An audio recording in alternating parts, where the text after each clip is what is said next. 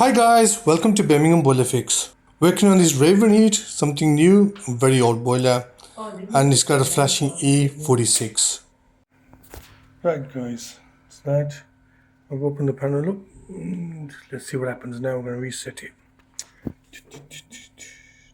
Now it's been a very long time since I worked on these boilers, and unfortunately the company has also gone bankrupt. So there's no technical service on these either. Now what's an E46? We have to figure that out. We're gonna hopefully diagnose this boiler and repair it. And if you enjoyed the video, don't forget to like and subscribe.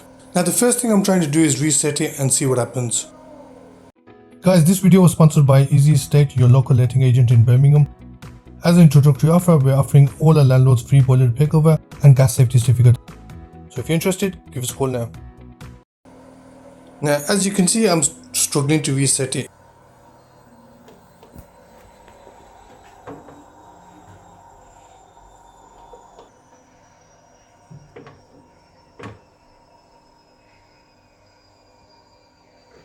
So I try and switch the power off and then put the power back on and see if that makes any difference.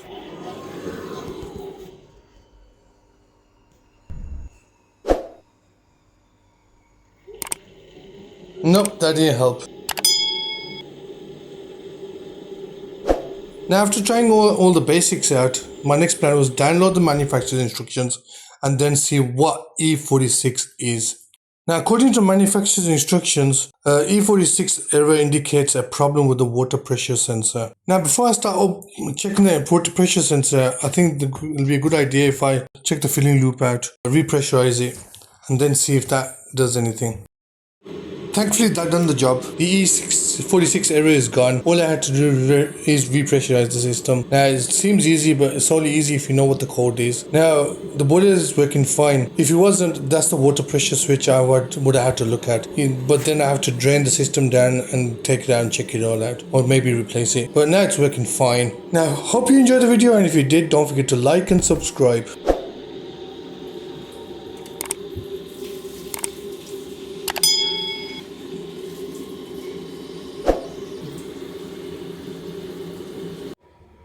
Right guys, sorted this one out. It's a simple repair if you know what you're doing. The F46 is pressure related. Thankfully we've still got some manuals or instructions online to get to that. So I'll raise the pressure on it and it started working fine now. So hopefully that's the only issue on it. Otherwise if they call me back, then they got a leak somewhere, or I gotta change the pressure, water pressure sensor. But otherwise it's working fine now. Hopefully you enjoyed the video. If you did, don't forget to like and subscribe. Till next time. Birmingham Boiler Fix.